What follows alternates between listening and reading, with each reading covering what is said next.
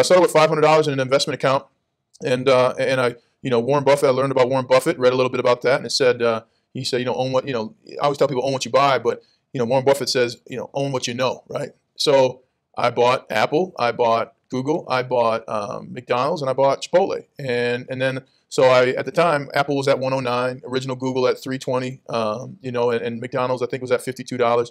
And one day I came back, I'm invested now, so I'm watching CNBC, and they said Chipotle's at an all-time low.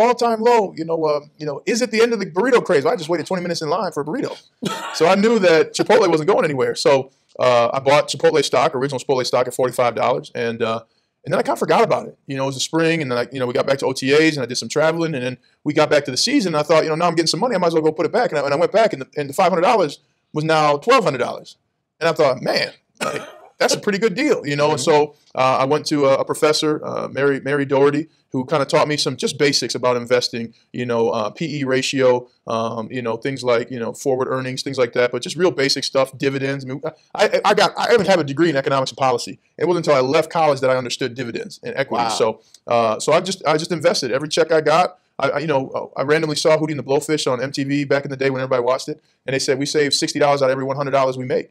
And so I decided to save $80. So I saved $80 out of every $100 I made. I bought as many cars as you can drive at the same time, and I bought a house smaller than I thought I could afford.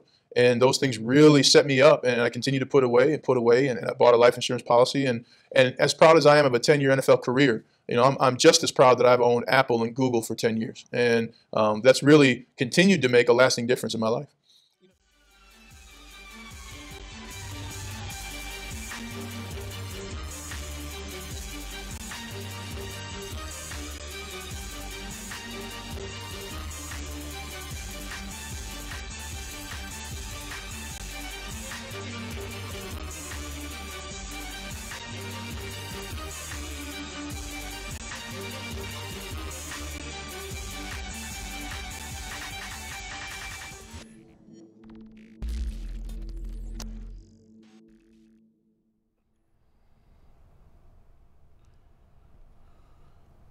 And we are back here live in Denver, Colorado.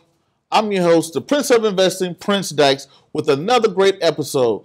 Thank you guys for tuning in. How you may be catching this live here in the local area of Denver on YouTube, or if you're catching us on the podcast, don't forget to hit the like button, subscribe button, share button, and all the other great stuff.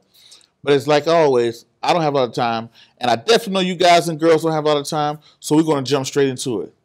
So here today, we have a very, very special guest, as you can see in the description box. We have Denver Broncos Super Bowl 50 champion who turned into a best-selling author here recently. And most importantly about him is that he also is big into financial literacy. So we want to talk about his finances, what he did right, what he did wrong, and what lessons he learned, and things like that. So stay tuned. Without further ado, let me introduce my guest, Mr. Ryan Harris. How's it going today, sir? Hey, good, Prince. Thanks for having me. Is that a watch you're wearing? No, it's a paperweight. Yeah, you get the anytime you win a Super Bowl, everybody gets a ring. So everybody gets a ring? My Super Bowl 50 ring, yeah. Super Bowl 50 ring. All right, that's pretty cool. Now, for people out there who may have never heard of you, right? Maybe you've been living up on the rock. I know people definitely know you here in Denver. Tell us a little bit about yourself. Well, I am Ryan Harris, champion Super Bowl 50, 10-year veteran of the NFL. I played for the Denver Broncos, Houston Texans, came back to the Denver Broncos when we won Super Bowl 50, then went to the Pittsburgh Steelers, also played for the Chiefs before I came back to Denver. And in retirement, I've become a broadcaster, so I have a sports talk radio show here daily, weekdays in Denver, 10 to 2. Also on the iTunes podcast, search Harris, Hastings, and Dover and click to subscribe. Also do the Notre Dame football broadcast, so I'm the color analyst for Notre Dame Radio, Notre Dame football, so I do all their games. So check your local listings. And then I also do Altitude TV, CBS 4, do some work for them here in town in Denver. And then also an entrepreneur. I have a digital marketing company that's growing and giving me some time and effort. So that's all I'm doing in retirement. Got it. That's kind of crazy talking about retirement at the age of 33 years old. Yeah, but that, you know what? I say I'm retired because I worked for it. And I like reminding people that if they want to retire, they got to start thinking about what it looks like for them. I mean, I am retired. I do what I want to do every day. You see me, you hear me, I'm doing what I want to do. And I work very, very hard for that. So I've known plenty NFL athletes, met some great NFL athletes who made some great money in NFL, and I don't hear them talk like that. Yeah. What did you do? What is the secret? What did Ryan Harris do differently from everybody else? Well, and I got to thank my father, Kevin Harris. He really gave me a lot of opportunity. One of the things in the NFL, when you're in college, after that football season, you have spring, you have spring classes, spring semester, you got spring workouts. I got 4:30, 5 a.m. workouts, twice a week to get you still in football shape. But when you get to the NFL, nobody cares what you do. When you're done with the season, either you work out and you get in the best shape of your life coming back for OTAs and training camp, or you don't and you'll eventually be out of the NFL. But one of the things is, for me, I'll go and work out early in the morning. I'll be done at 11 o'clock. I'll be sitting there just playing video games, and I called my pops and I said, man, I am so bored. I need something to do. And he said, why don't you put $500 in a SuperTrade account and buy some stocks? So, I mean, I already have a financial investor that kind of, manages the money. And to all those who know, once you start saving and investing, soon it becomes about planning. So I got somebody who has that. But I started with $500 in an investment account. And I, Warren Buffett, I learned about Warren Buffett, read a little bit about that. And it said, he said, own what, I always tell people own what you buy. But, Warren Buffett says, own what you know, right? So I bought Apple, I bought Google, I bought McDonald's, and I bought Chipotle. And then, so at the time, Apple was at 109, original Google at 320, and McDonald's, I think, was at $52. And one day I came back, I'm invested now, so I'm watching CNBC, and they said, Chipotle's at an all-time low, is it the end of the burrito craze? Well, I just waited 20 minutes in line for a burrito. So I knew that Chipotle wasn't going anywhere. So I bought Chipotle stock, original Chipotle stock, at $45, and then I kind of forgot about it. It was the spring, and then we got back to OTAs, and I did some traveling, and then we got back to the season, and I thought, now I'm getting some money, I might as well go put it back, and I went back, and the $500 was now $1,200, and I thought, man, that's a pretty good deal, and so I went to a professor, Mary Doherty, who kind of taught me some just basics about investing, PE ratio, things like, forward earnings, things like that, but just real basic stuff, dividends. I mean, I even have a degree in economics and policy, and it wasn't until I left college that I understood dividends and equities. Wow. So I just invested. Every check I got, I randomly saw Hootie and the Blowfish on MTV back in the day when everybody watched it. And they said we save $60 out of every $100 we make. And so I decided to save $80. So I saved $80 out of every $100 I made. I bought as many cars as you can drive at the same time. And I bought a house smaller than I thought I could afford. And those things really set me up. And I continued to put away. And I bought a life insurance policy. And as proud as I am of a 10-year NFL career, I'm just as proud that I've owned Apple and Google for 10 years. And that's really continued to make a lasting difference in my life. That was very interesting that you said all that. I know the other day when we was at the movies and outside, you said, man, I'm so proud to say I own Google and I own, McDonald's. And I'm like, wow, I never heard an NFL athlete talk about his investments. Yeah. I won't say never, but most that I meet, some of them done well, but a lot of them done, pretty bad. So now that you did good with investing, that, buying your house and being conservative with your spending and investing, now you move on now, married with 3 kids. Yeah. How does that change your investment portfolio? How does that change? I start buying. I buy stocks now in groupings that I can break down for my wife and I in retirement. Mm-hmm. I'm more dividend based, and I look for values. Like, I think it was about 6 years ago, Netflix decided, had announced they were going to stop moving out the DVDs. Well, they were kind of ahead of their time when they did that at the time. I think only 19% of America had high-speed internet, right? So most people were still using DVD players. I forget how much the stock dropped, but I'm like, Netflix is the future. So about 6, 7 years ago, I bought Netflix. You know, when the United Airlines dropped because of, you know, the incident they had with the passenger, I think the stock dropped 8%. So I look for those opportunities now.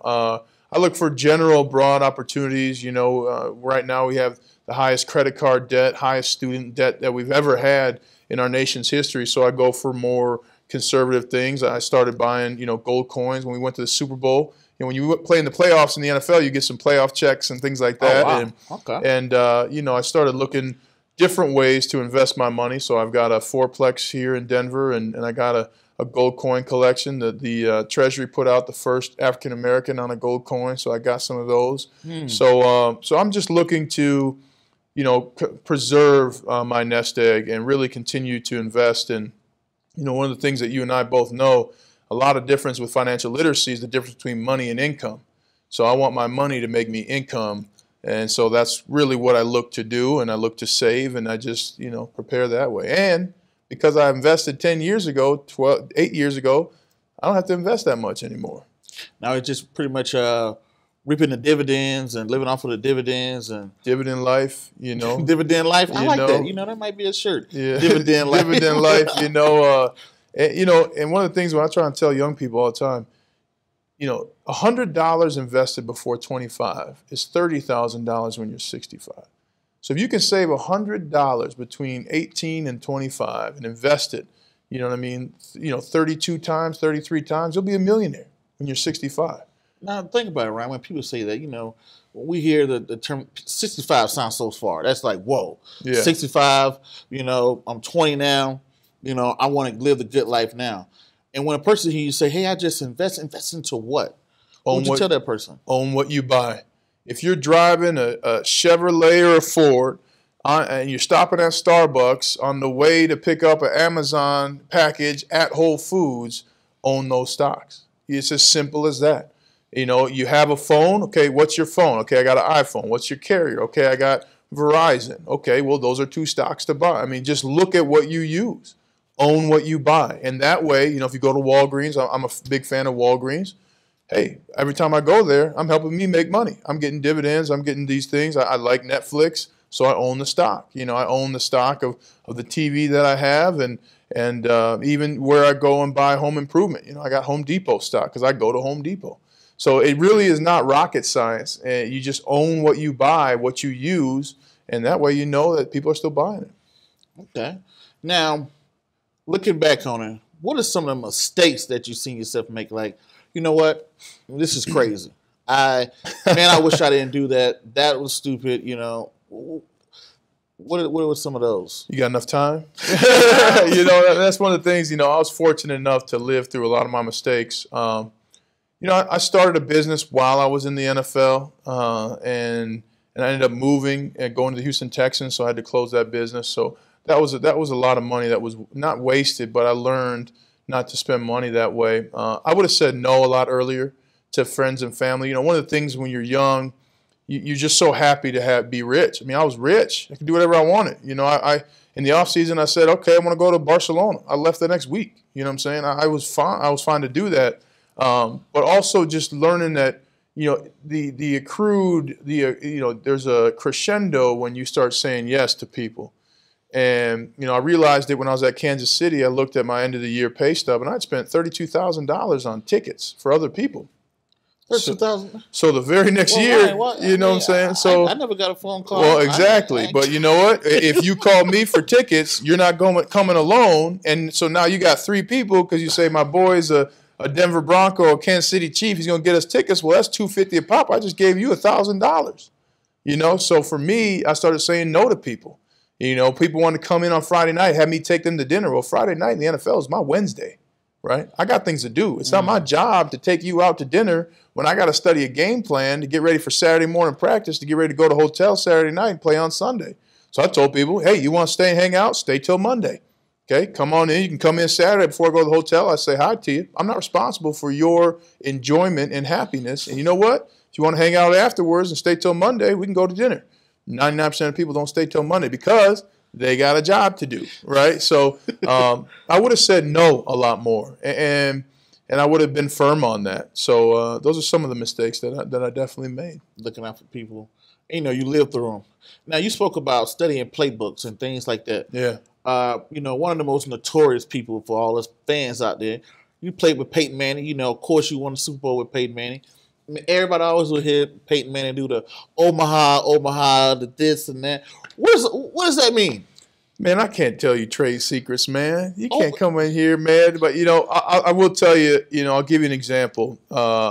You know, Peyton would constantly, we'd be in the kind of hurry-up offense. One of the things I had to learn how to breathe again my 9th year in the NFL because I was in OTAs. I'm like, man, I can't breathe. You know, running away. We're running plays every 15 seconds. You used to run plays every 40 seconds in the NFL. But one of the things he would do, he would say, like, turtle, and he'd give this sign because sometimes it's loud. You're in Kansas City or in Seattle. You can't hear. So he'd be like, hey, turtle, turtle. How can you see that if you're a tackle looking forward? Because you're looking. Because you need some information. Right after the play, you're looking for information. He'd say turtle. Or he'd say, like, you know, hey, if I give you an ice cream color or an ice cream flavor, it means no play. So what we do is, okay, we'd run the first play out of the huddle to start a drive, and he'd come out, all right, chocolate, chocolate, and he'd give the signals, and he'd be acting like he's telling people things, chocolate, chocolate, chocolate, white 80, Sadat. Hey, turtle, turtle, turtle, white 80, Sadat.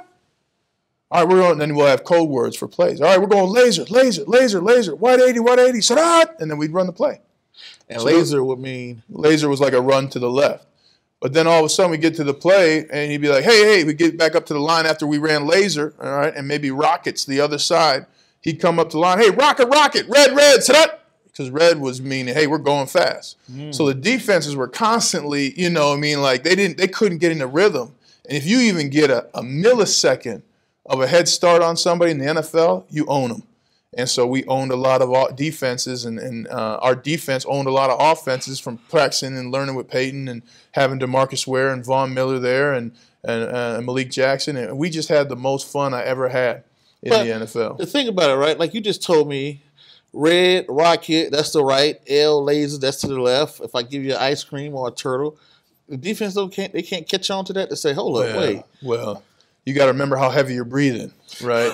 I mean, it's not just you and me having a conversation here. You're at the pinnacle of elite performance. You're with monsters who, you know, scream during the entire play. When I block you, I'm not just like, hey, Prince, let me hit you. I'm I'm coming at you, you know. So y'all stream at each other? Oh, of course, all the time. You know, you're trying to deceive. There's so much deception. You're trying to breathe. You can't hear. And by the way, I just kicked your tail 3 plays in a row, and I told you every play I'm going to do it again. I did it again. I'm going to do it again. I did it again. Now, you're not listening to what Peyton's saying. You're trying to keep me out of your ear, and you're trying to breathe. And you're trying to listen to what your defense is doing, and you ain't got time to listen to Peyton. You just know when that ball moves, you got to move.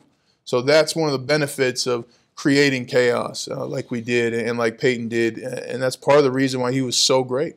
Create chaos. Create chaos. So what about with the crowd noise affect y'all?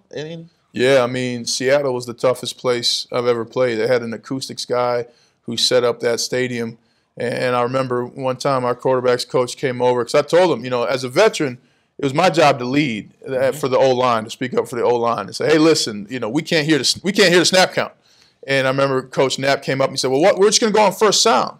So you can go on whatever the hell you want. We can't hear you. So, you know what I mean? You know, so we go, that's why you'll see now, and for those of you who don't know a lot about football, but you'll see it, the away team, the visiting team, will often use the center's head bob to time up a snap.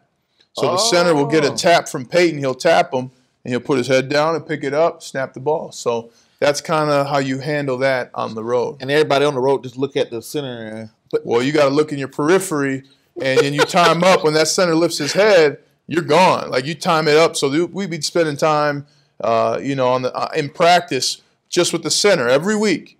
Every week, just, hey, let's do some silent snaps. Okay, boom. Okay, you bob your head, boom. Okay, bob your head, boom. You know, so you're just training.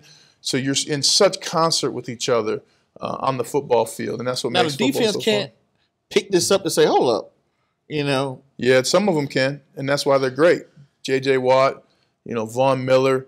You know, again, and I tell people forget, you know, there's over 1,600 players in the NFL this season, but only 53 will call themselves champions. And the difference is, you know, about 1,500 guys mistake being able to do something with being great at it. So there are a lot of guys who get paid to lose. You know, if you've been on the Cleveland Browns the last 4 years, you've been paid to lose. You know, so you don't know what it takes to be a champion. You don't know what it takes to invest your money wisely because you haven't been around people like that. So, you know, I always forgive guys for the mistakes they made and for things that happen on the field because you really don't know unless you're in the right environment. And that's one of the tough things about the NFL is you get a lot of money, and that's for a lot of us, that's how we equate our ability. And in the NFL, yeah, you can get paid a lot, but that doesn't mean you're good at something. You're great at something. You can just do it. Wow. Okay, now, looking at your counterparts and your coworkers, why do you see so many NFL athletes struggle with finances? One, they think it's going to last forever. I mean, the average NFL career is 3 years, and I'll paint a picture of you for a guy, and I was huge on investing with guys to the point I'd sit them down, we'd open, you know, investment accounts on the computer with them, and I'd tell them, hey, you have the power to own Walmart. You can own Chevrolet. You can own these things. And so one guy, I told him, you know, I tell young players, do not go buy a new car. Do not go buy a new car. And I talked to this brother. I said, do not go buy a new car. Do not go buy a new car. Do not go buy a new car. Guess what he did? Bought a new car. Bought a brand new car. And I tell people, delay your purchases 3 months to 3 years. I mean, think about it. You got a TV right now. You wait 3 months. You're going to be after the holidays. You're probably going to get 10 to 20% discount. 3 years from now, somebody will probably give you that TV, right? And here's the thing. You've been living without that TV this whole time. So sure enough, this young man goes and buys a new car. Porsche Panamera nonetheless. And he was making about $585,000. Yeah, Porsche, a car I still want to buy today that I'm unwilling to buy.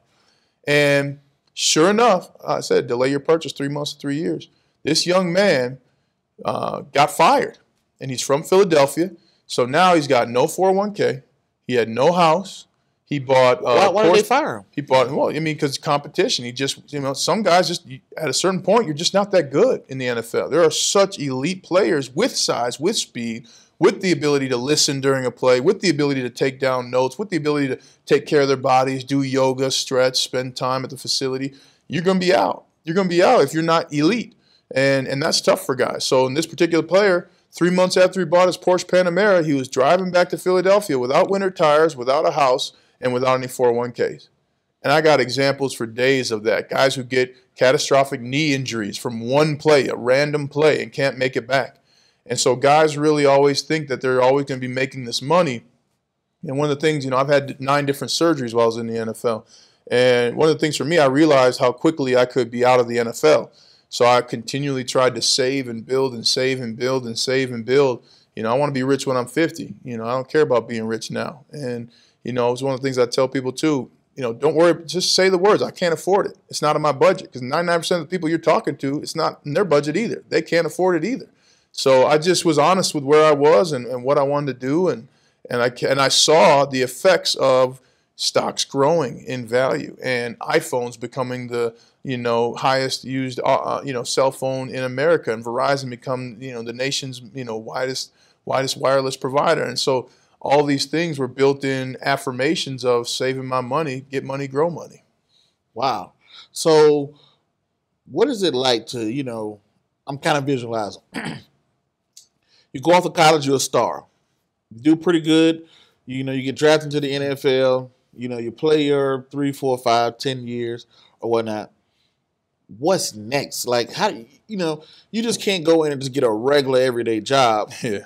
Well, you can. You can. I might be working at your local Starbucks just to serve you your happiness because I can. You know, one of the things people forget is that 78% of NFL players are bankrupt and either chemically dependent or divorced 2 years after they're done playing. Wow. So, and they also forget that when you stop playing football, it's not that you were just a football player for your college career for those 3 years, if you were lucky to get 3, for 10, if you were able to get 10. You've been an athlete since you were 8. You've been different since you were in school. You knew you were different and better than people, right? And so you've taken now the largest portion of your memory, and you said, I can't do that anymore. It's like a lawyer being a lawyer for 20 years, and then somebody saying, not even them saying, hey, I'm done being a lawyer. It's me saying, all right, Prince, you're done being a lawyer. And I take everything that you can use from law, and I take it with me. And all you're left with are your study habits, your personal interests, and whatever wealth that you've been able to save. It's like a doctor. If you took their medical license away from them, not them giving up medicine, you took it from them. And they were unable to do anything regarded to medicine again, other than maybe teach. And so that's what a lot of guys go through in the NFL.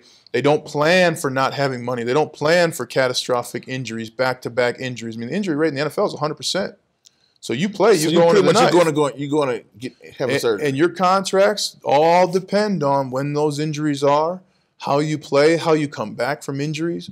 And guys, I mean, you get a $20,000 check, you get a $100,000 check. I mean, it's tough to not think that you're going to continue to get $100,000 checks your whole life.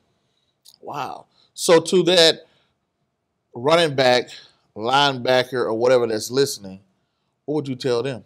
Save your money. Save your money. Invest your money. Save. I think, if you save $80 out of every 100 you spend, invest 50 of it and save 30 of it. Get a roommate. Get used to being uncomfortable, because one of the things is, especially while you're young, if you're able to save, if you're able to have a roommate, I mean, who cares? Who cares what people think? We got a house now. You come over, we got a place for you to stay, but it's not comfortable, because I don't want you to stay. Because if you stay longer than 3-4 days, I'm paying for you to be happy. And that may be something that I do for my family at some point, but that's not a regular occurrence that I want. I told one young brother who listened to me. Thank God this young brother listened to me. He played 2 years in the NFL, but he got to the team I was at, and he said, "What should I do, Ron?" I said, "Get a one-bedroom apartment. One-bedroom apartment. Somebody wants to stay with you, they sleep on the couch." Guess what? He got a one-bedroom apartment. He got cut 2 years later. He was only in the league for 2.5 years, but he saved $80 out of every $100 he made, and he was able to go back to school, had funds to be able to purchase a townhome where he wanted to live.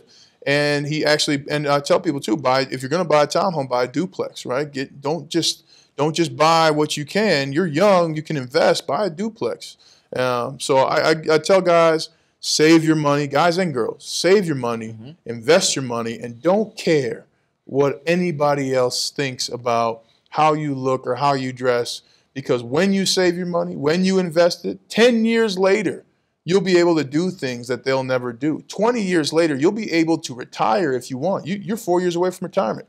It's because you chose to do things other people didn't want to do. Yeah. And now you're going to be on cruise ships, saying, "Hey, Ryan, man, meet me down in Florida because we got this great cruise deal." Hey, I'm there because we saved, because we didn't buy an extra pair of shoes, because we didn't go out and spend a bunch of money on a nightlife. Hey, have your fun, but save your money.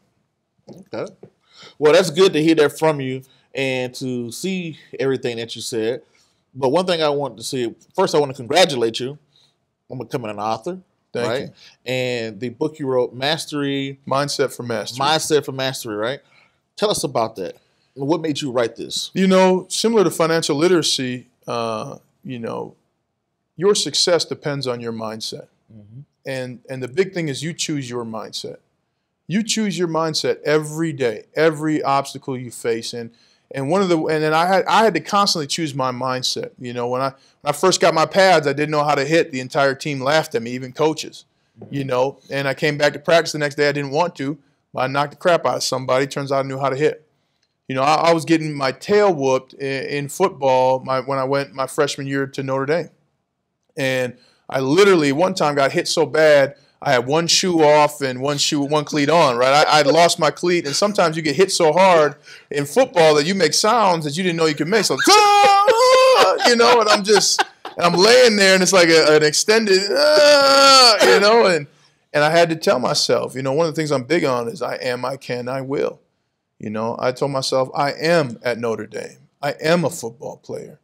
I can play here at Notre Dame. I can come back and tomorrow focus on this one drill. I will focus on this one drill. I will work so hard. I will fire off the ball with everything I got. Next day I went out and I got that guy who had put me sprawled out making sounds. When I got fired first time from the Broncos, I had got a new coach and I was unwilling to work. He wanted me to do some new things. I was unwilling to do that. And because of that, they fired me. How do I go home and tell my wife in our first year of marriage that I lost my job because I was arrogant? How do I tell my friends who are getting ready to come to Denver for a first game that I lost my job because I was unwilling to work and listen. And all those thoughts went around and around in my head as I had tears coming down and my hands just shaking in disbelief, walking away. And I had, the moment there to say, hey, I can make this a new chapter. I can make sure I never lose my job again. I can be a good husband without being a Denver Bronco. I can stop by Panda Express and eat some orange chicken on the way home to eat my feelings. I will. And because of that, I got a call by Gary Kubiak the next morning. He was with the Houston Texans, went, and I took that mindset. Hey, I can work. I can ask questions. I can lift more. I can study more film. And because of my work ethic, played there, and then went to Kansas City Chiefs, started 16 games. And when I was done starting 16 games, they said, Ryan, we don't think you got any football left. And I said, I am Ryan Harris. I can still play football. I can help a team win a championship. I will. And I worked in that weight room all that time. And then eventually I got a call from Gary Kubiak again. Now he's with the Denver Broncos. He said, hey, I need you. I need you to come help us win a championship. I need you to show these young cats how to work. I said, I can do that, coach. So mindset is everything. No matter who you are and where you're from, we all share similar experiences. And how we choose to react to fear, how we choose to react to being embarrassed really dictates our success. At some point, your good will not be good enough. And at those moments, look at what you can do. Look at the opportunities around you, not what put you there. And so I really wanted to write a book because, people think us athletes were always great. People said to me, somebody said to me just a couple weeks ago, Ryan, you were always good at football. And no, I wasn't. I got my tail kicked. I was kicked out of my cleat at one point, not knowing how to hit. And I want to talk about our failures. I mean, we talk about failure less than we talk about sex. And so I wanted people to be able to read and see, some of the tools that I use to dig myself out of situations and failures, hopefully that they can do it themselves. Okay. Well, Ryan, for people out there listening to you, what did you want to leave them with? Just know how much you can do. Know how much power you have in saving your money. And know how many people are watching and will learn from you saving your money. Mm-hmm. I think one of the things, the toughest thing about money, it's the hardest thing as an adult to save money. Nobody ever tells us that. It's incredibly hard to have money and be able to buy something you want and to say no. But say no. Just don't buy as much as you can. Save as much as you can. Reuse as much as you can. USA Today had an article that said you could save up to $90,000 cash if you just pack a lunch. Eat your leftovers. That's a lot of money. So just look for areas and ways in which you can save money, even if it's, I got a friend who puts $20 into a jar every time he goes out for the evening. Just to say, hey, I'm going to spend $20 less at the bar, and eventually, I can buy XYZ stock. And talk about finances. Talk about investing. Talk about it at the barber shops. Talk about it at the salon. Talk about paying off your credit card bills when you do it. Because some people don't think, and I have family members who just assume they'd be in debt the rest of their life. That's a choice. I mean, there's good debt and bad debt, and at a certain level, debt becomes a choice. Don't put something on credit that you're not willing to pay cash for. Those are the things I'd tell somebody. All right. Well, how can people find you, check you out? Yeah, check me out, RyanHarris68.com. I got all my information there, recent events. And then, also I'm on Instagram at RyanHarris68 and Twitter at Salams_from_68. You can also just search Ryan Harris. And, love to keep the conversation going in any way I can help. Especially, talking about financial literacy with you or others, I'm happy to do so because that's one way we can change the world. Now, where's your book available? Is it just Amazon? Yep, Amazon.com. Search Mindset for Mastery and order. You can do the Kindle, you can do the paperback, and soon to be hardcover in a couple weeks. All right. Well, Ryan, it's great having you. Thanks for having me, brother. All right. Well, guys, my name is Prince Dykes. This is the Prince of Investing. Until the next video, podcast, cartoon, book, or whatever else crazy you see me do around the globe, peace, be safe, I'm out, and thank you.